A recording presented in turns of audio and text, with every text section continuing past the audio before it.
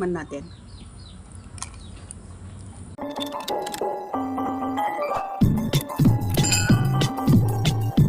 Yung iti chicken pastil. Yung simple lang kasi ako lang naman ang kumakain.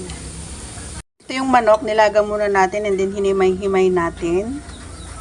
At siya naman, magigisa na nga tayo.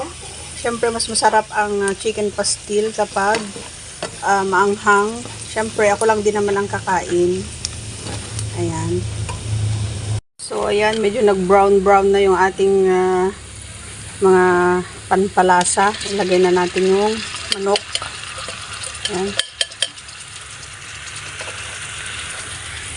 Mikos na rin natin.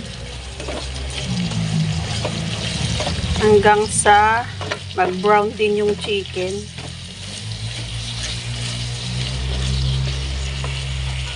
So, lagyan din pala natin ng suka para hindi siya masira.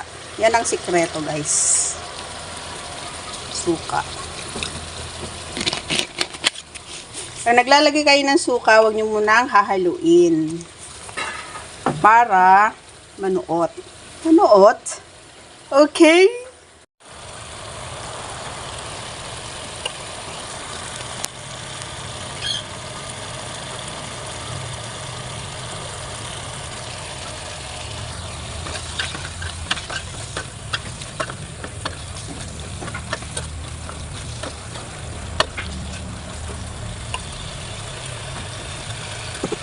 So, ito na guys, luto ng ating chicken pastil. Yung chicken pastil. Oh. Chicken pastil. Meron lang na sama na laing. Tikman natin.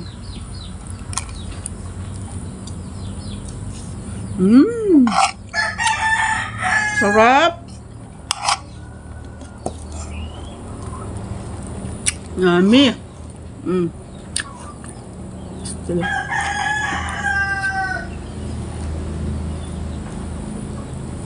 The best.